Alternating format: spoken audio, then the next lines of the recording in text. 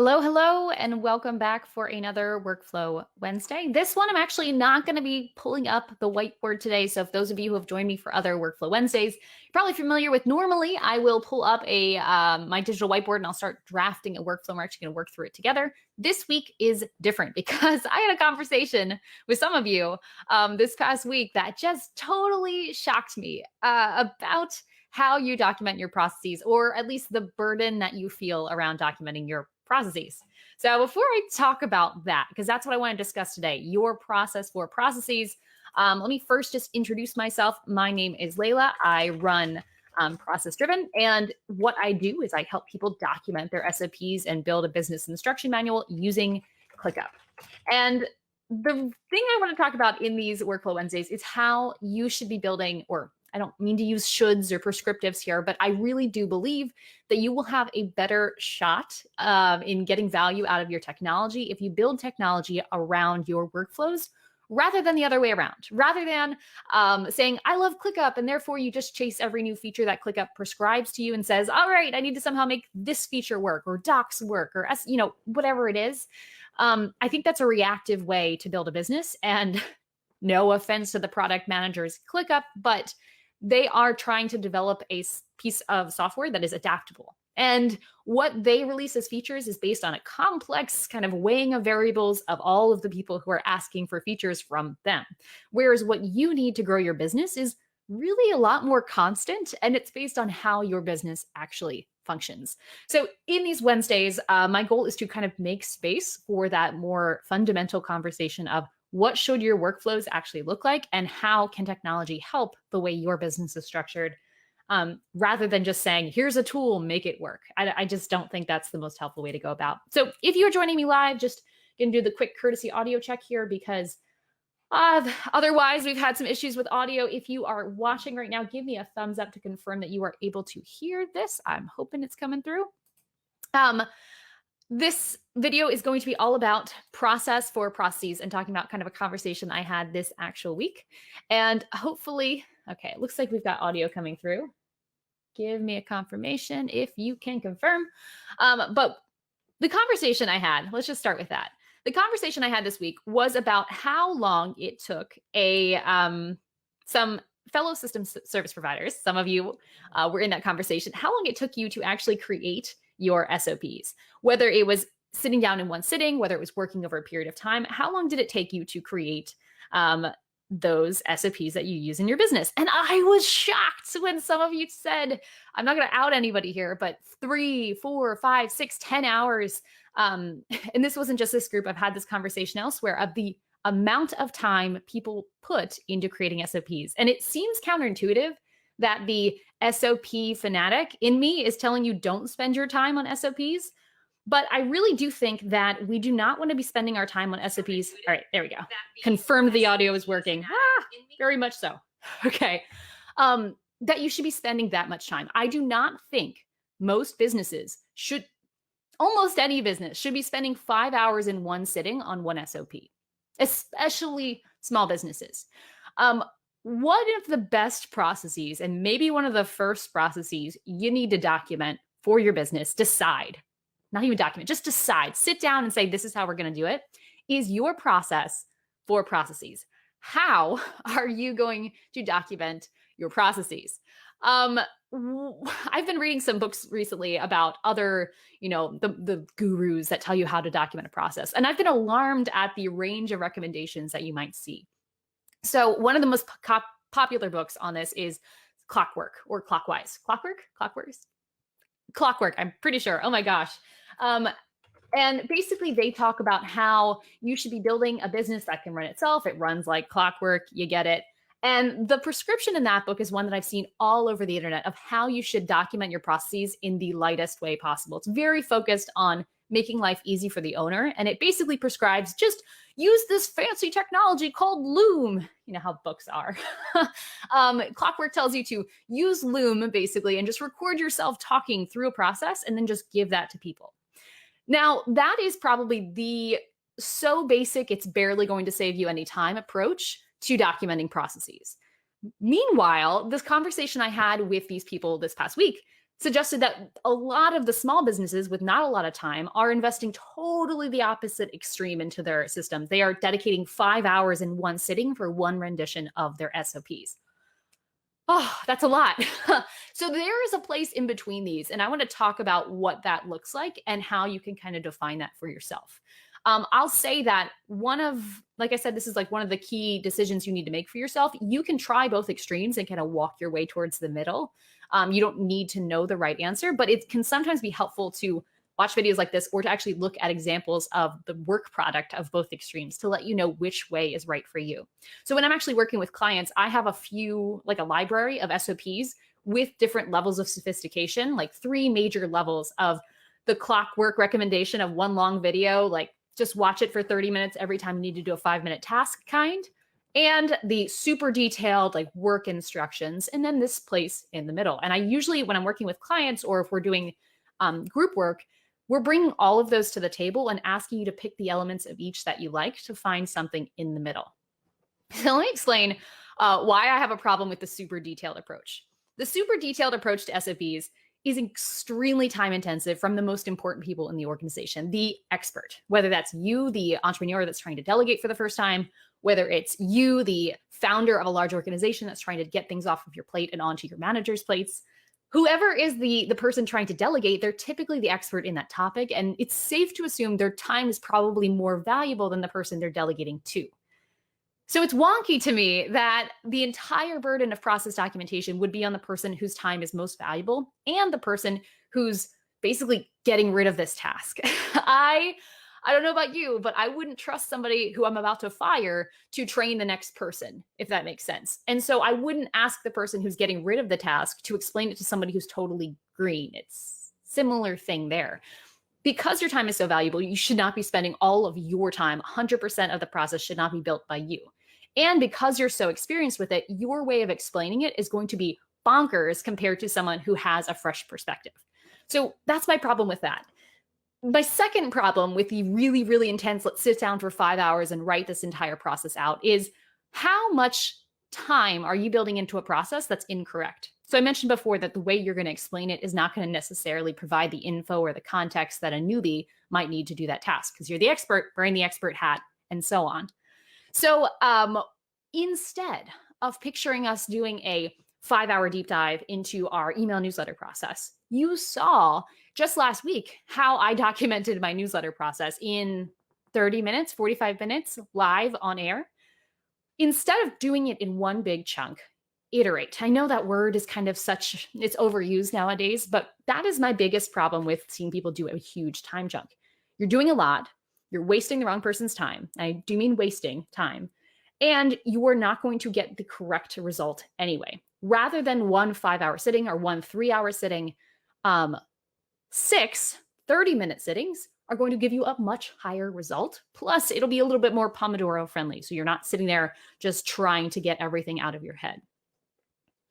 I will wrap up this video with my explanation of how I think you can merge these two, but I just want to discuss that extreme first. If you are a business less than $1 million a year and you have anything else to do besides just documenting processes, I can't think of a reality where you'd want to spend 3 hours documenting one process. Maybe 3 hours documenting 10 processes, all for it, but no. Unless you're the COO and that is your full-time job is just to start documenting processes because you've got this big exit strategy or something like that, just no. Don't do that. That is not your process for processes. That is a process for frustration.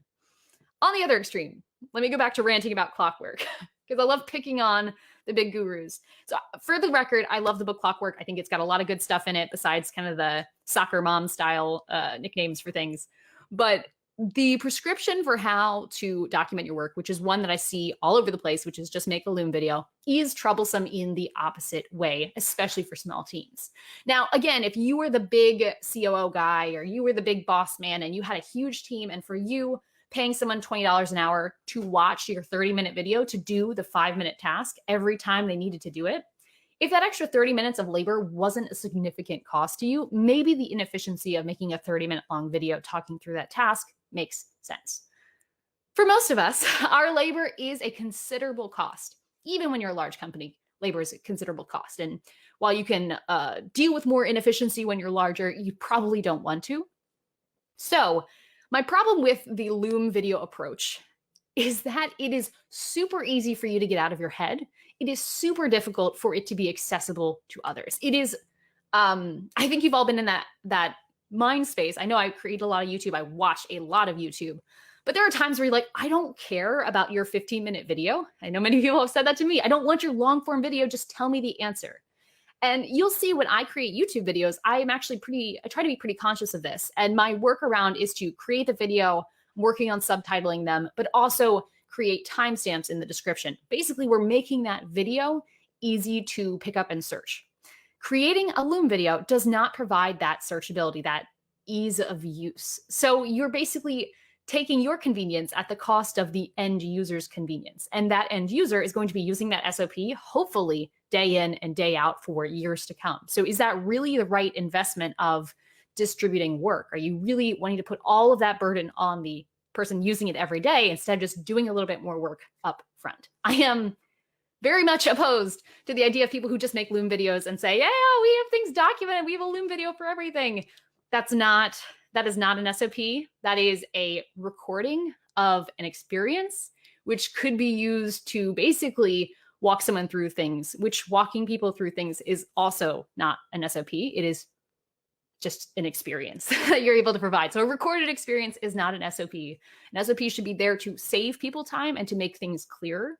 Videos can somewhat do that, but not as effectively as a mixed medium approach. My other concern with video, and this is a really big one for those of you with small teams, I have the same problem we have on the opposite side. So my big concern with the big people over here is that 3 hours, you're going to document the wrong stuff. You're not going to be able to anticipate the needs and changes that need to be made. You're not going to get everything covered anyway, so why get so detailed?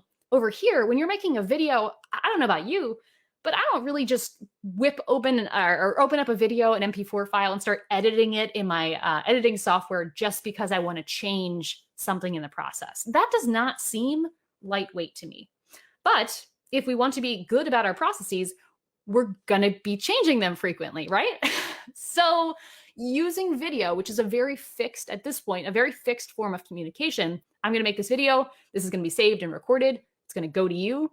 Changing it or amending it or changing what I'm saying right now is a difficult time suck. And for processes that we want to be evolving over time, it just does not make sense to me to use video, at least in large chunks, to explain a topic. Rant over. I think rant is over. If you are watching this and you have a process in place for how you document your processes, I would love to hear it here. Not that I'm going to rip you apart if you tend to skew towards the, all in one sitting, really intense, super descriptive instructions.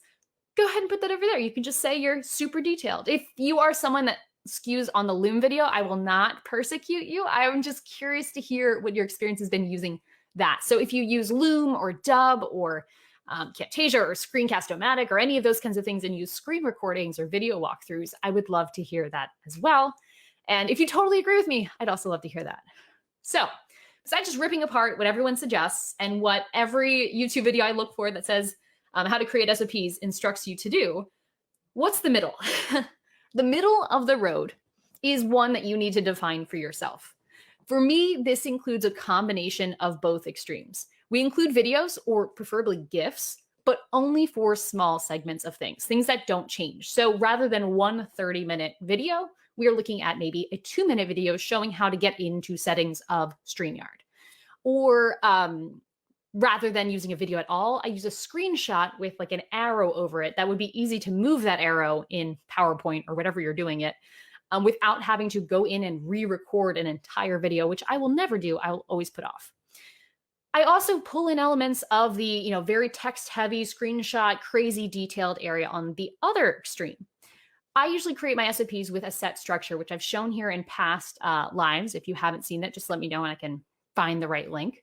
But build a structure for your SOPs that let you know when you're done. So maybe it includes at the top the owners. Who's in charge of this? What department does this fall under? Don't bother with things like when was it updated, when was it created, because we're using technology. It tracks that for us. Let's not make more work than we need to.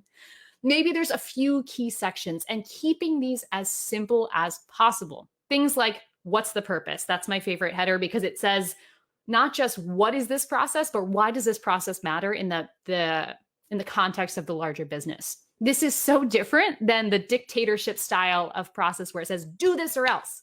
By having that purpose, we are justifying and kind of commending somebody for following the process because it's letting them know how important it is and how important they are by extension for doing things the right way. After a purpose, maybe it's procedure. After procedure, maybe it's FAQs or examples of good and bad, good and bad examples of what this process looks like. 3 basic pieces, very simple. They can only have a few sentences each, or they could have, a page each, but not much more. The main difference between myself and these 2 extremes, or at least what I suggest and I found helpful for clients versus these extremes, is not necessarily the end product. Because believe it or not, the end product is going to look a lot like both of these extremes. But what gets done in one sitting is the real change. So rather than just recording a video and clicking save and throwing it into Airtable or throwing it into Asana or ClickUp, rather than doing that, or rather than spending 3 hours writing every single step, in each iteration of working on a process, I believe you should only be working for about 20 minutes, maybe 30, 40, if it's a really complex thing that you really need to get out of your head.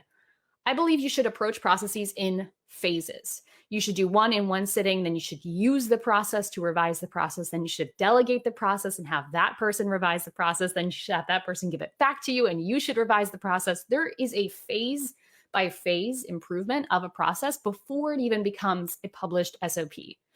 The amount of time that process I just described to you takes is probably less than the time of doing it in 3 hours. And it's going to be more accurate because you're involving more stakeholders. You're using fresh brain power each time you're using it and just fresh eyes. And it's going to be more accessible than that Loom video because you're using things in clips and chunks and you're focusing on editability rather than having one easy to brain dump information dump, which you could. To be clear, you could start out this process with a Loom video, but it does not end in that state before the first or after the first draft. I've given you some kind of fuzzy stuff here, but what I want to loop this back to is you need to decide what this looks like for yourself. And you need to make this standard and incorporate other people into it so that 100% of the most valuable person's brain power is not spent entirely on sitting in the armchair and documenting processes that maybe they don't even do themselves. It's just, we're shooting ourselves in the foot and wasting our resources when we approach things that way. And if you're watching this and you're like, I have no idea what mine should even be, or maybe you're at one extreme or the other and you're not even sure how to divide it into the middle, one of the things that I work on with clients, and I'm actually really focused on in the group program coming up, is this, defining this for you. Using standards and seeing examples and defining your process for processes is the main prerogative of the group system up that I am launching here in September. So if you're at all interested in kind of getting past that thought of just thinking about your processes and being like, yeah, I should totally document my business processes. If you're ready to move past that and actually do something about it, I would highly encourage you to reach out, like leave a comment, shoot me a message. You see me in the group. I'm here all the time. Let's talk about this, because if you're at either extreme, you're wasting someone's time, either your time or your team's time. If you were in the middle, but not sure, like you're reinventing it every time, you're still at a fuzzy point. And if you have a solid process for processes, but you're not using it, we should definitely work together on that, because that's where the rubber hits the road, is once we are able to get a clear directive as to what your processes need to look like, then it's just a matter of doing. And you have people, whether it's yourself on Monday mornings when you have your CEO day, or whether it's your contractors, or whether it's your team or your employees, you have people who are able to execute once you have those clear guide rails and clear instructions. And we just need to make sure you have those and you feel good about them so you can start building out that business instruction manual. So that's just my final call to action here. I will say, if this has been helpful to you, if this video has been at all informative, if you were like, oh, I never thought about it that way, or if you've maybe been on the ClockWork side of things, let me know, because I keep reading books and so many are prescribing Loom. And I'm like, stop. I would love to hear in the comments, have a conversation with you about what you're doing. And if you want to actually change anything around this or anything around the workflows we've talked about in other videos, maybe we should talk. So that is it for this Workflow Wednesday. I just wanted to go on the soapbox. I didn't even bring the whiteboard today. I was like, I just need to talk through this, and hopefully my energy wasn't all over the place. I just needed to share a little bit about this frustration. So that is my thoughts on process versus process, or process for processes. I would love to hear what yours is in the comments below, and I will see you all next Wednesday for another, hopefully less ranty Workflow Wednesday. Have a good one. If you are tired of trying to piece together YouTube videos to figure out how to align your workflows, your processes, and your ClickUp account, well, maybe it's time that we talk. I work one-on-one with a select group of clients every quarter to help people build out their systems and processes. Find out more at processdriven.co.